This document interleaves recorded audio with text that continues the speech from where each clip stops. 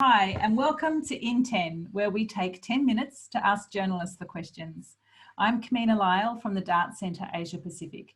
We are a resource centre and global network of journalists, researchers and health professionals dedicated to improving media coverage of trauma, conflict and tragedy. The Dart Centre is a project of the Columbia University Journalism School and has been operating for over 20 years. In 10 is our podcast where we talk to news media folk about the craft of journalism. We want to know how our colleagues are taking care of themselves, their sources and their stories. We're delighted to have Safiullah Gul joining us today from Peshawar. Safiullah Gul began his journalism career in 1995, working for English print media in Pakistan. As a journalist from South Waziristan, one of the most volatile regions along the Pakistan-Afghanistan border, Gul's skills and local knowledge became an important source of news following the events of 9/11. Since 2008, he has been the Peshawar Bureau Chief for the Dunya News Network. Gul was injured in a double bombing incident in 2011 and survived many other encounters while covering the attacks on the NATO supply routes. He was a 2013 Dart Asia Pacific Fellow and has trained other journalists on political reporting, conflict reporting, safe journalism, ethical journalism, and journalist security and wellbeing. Safi, it's great to have you with us today. First, I want to acknowledge that you are joining us during Ramadan, and I'm curious to know how COVID-19 is making Ramadan different for you this year. Yeah, definitely. COVID, it has certainly had a great impact on especially the Ramadan because everybody is quarantined. There are lockdowns, so mostly the people they have a specific time just from like say from 8 to 4 they can go out, and the rest of the time they have to stay at home. And how has COVID-19 affected your journalism? It has just like that of yesterday. We have more than almost, I would say that more than 83 journalists have been tested positive around the country for coronavirus. And it is because that is one of the issues that now there is a growing concern among the journalist community. Like even they had to go out, they had to cover, and there were no proper so certainly the protection gears for them. So that's one of the reason now what we are trying to do is like having the sort of following certain SOPs for that, so that the journalists they can be at least, and they can be saved from getting the virus or getting infected. Like said, like the one most of the biggest issue is that that of covering live, giving a live issues, and that is that taking the DSNGs over to the spot or over to the press conferences. But now even the government and even the organizations, they are trying to just manage some way with the state TV and get their parameters and get that on air. So it is getting a bit harder and harder for journalists now, because here we are certainly in the third world country, we don't have that much resources, and even the government, even the organizations, they don't have that much resources like in those in the developed countries. So it is having an impact on the journalists, and every day we get news of the journalists that they have been tested positive or things like that. And as a bureau chief and therefore a manager, do you have concern about the duty of care you have to your team in this situation? You have the responsibilities certainly to look after your colleagues and all those working with you. So what we had been trying all the ways that like what we could do at the most was making all the staff wearing certainly masks and gloves and using the sanitizers.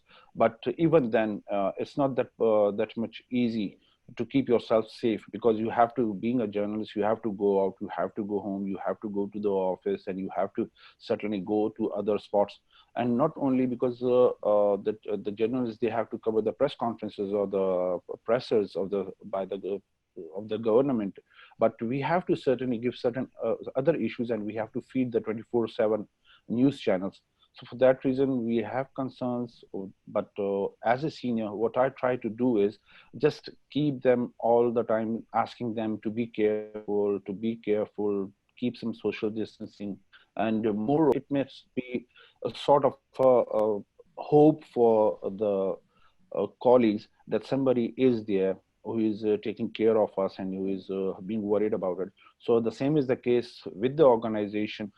I've been trying my best to get some aid for them, aid in a sense, because at the moment, thanks God that none of my colleagues in my bureau, they had been tested positive, or they had been certainly they are not at the moment, they are safe. But there are other bureaus in Peshawar also who's from the journalists who had been tested positive. So it is a concern, no doubt. Being a senior, it is a worry, but we try our best at the most so we can try to save our journalists.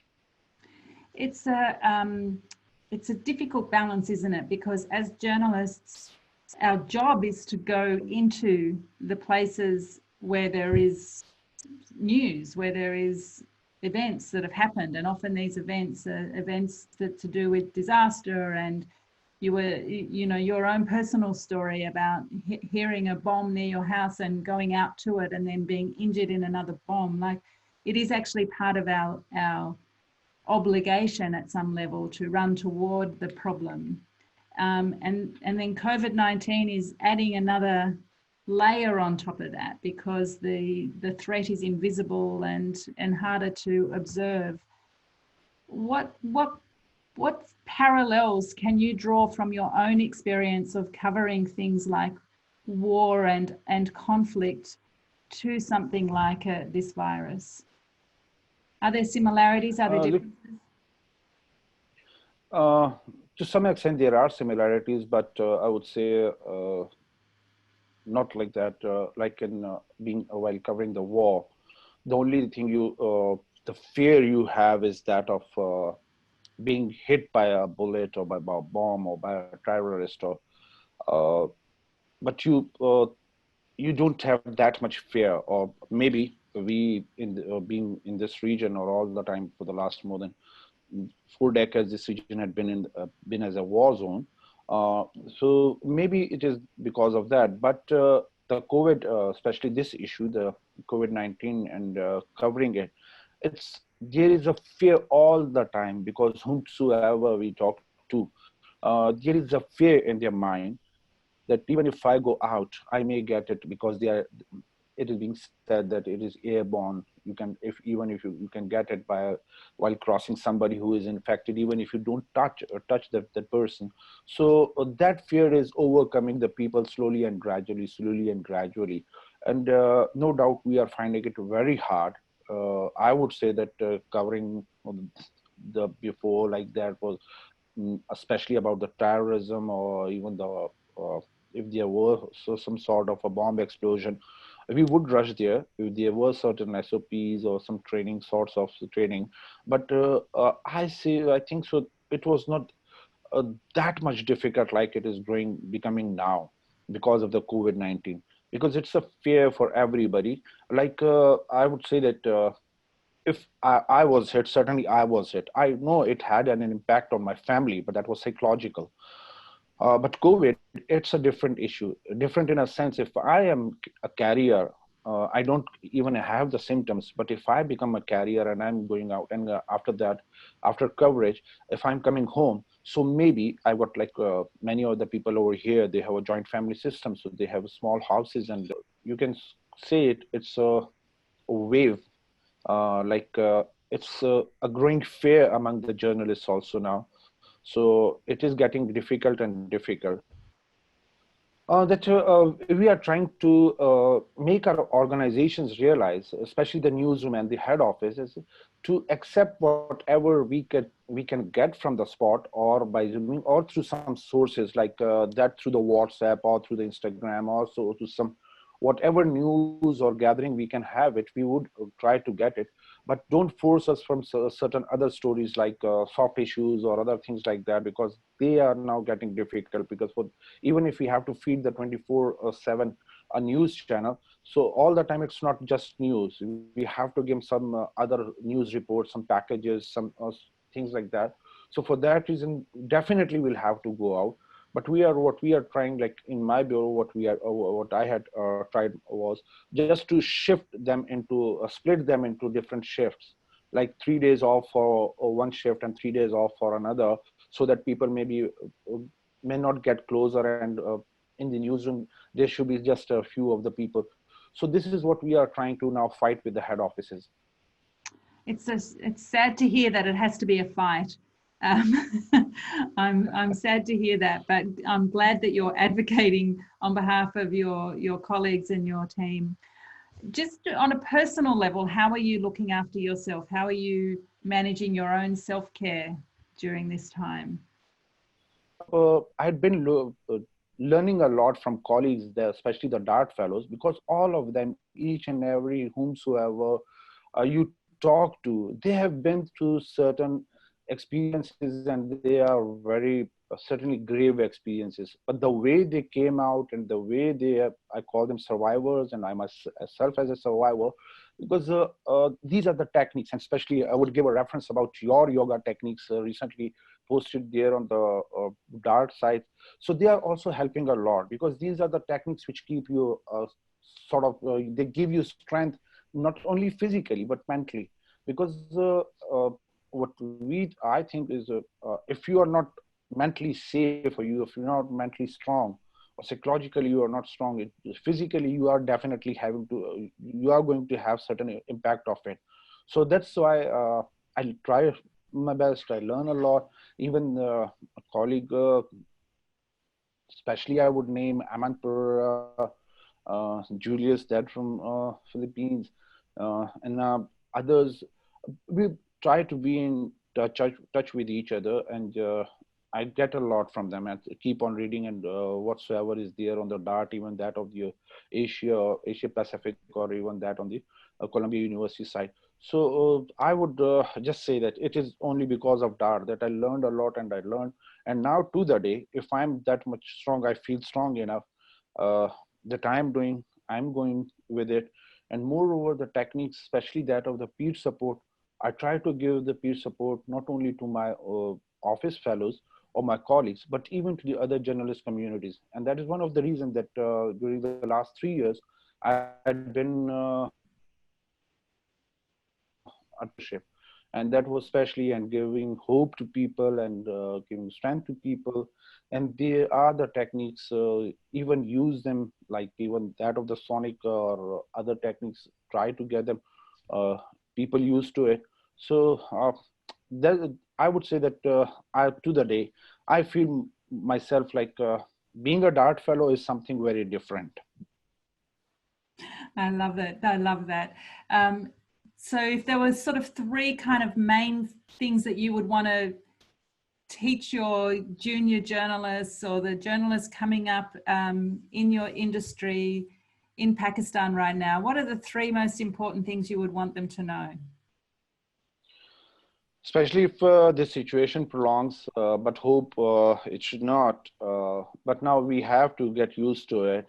So what we have to do is keep both the things in our mind. One thing is that we are, especially in an area which is very close by to Afghanistan, and it is a war zone area. So the physical safety, along the physical safety, the first and the foremost importance which it has is that of the mental safety. So for that reason, one has to be very careful about and because if I am safe, my family is definitely going to remain safe. If I'm not safe, my family certainly has an impact on it. The first thing. The second is that while going out, being a journalist, one should be have a very sharp eye, like we call it a cunning eye. So they can be very critical. They can look around, they can see around what's going on, and then go out and do their job. And the third thing I would say is responsible journalism.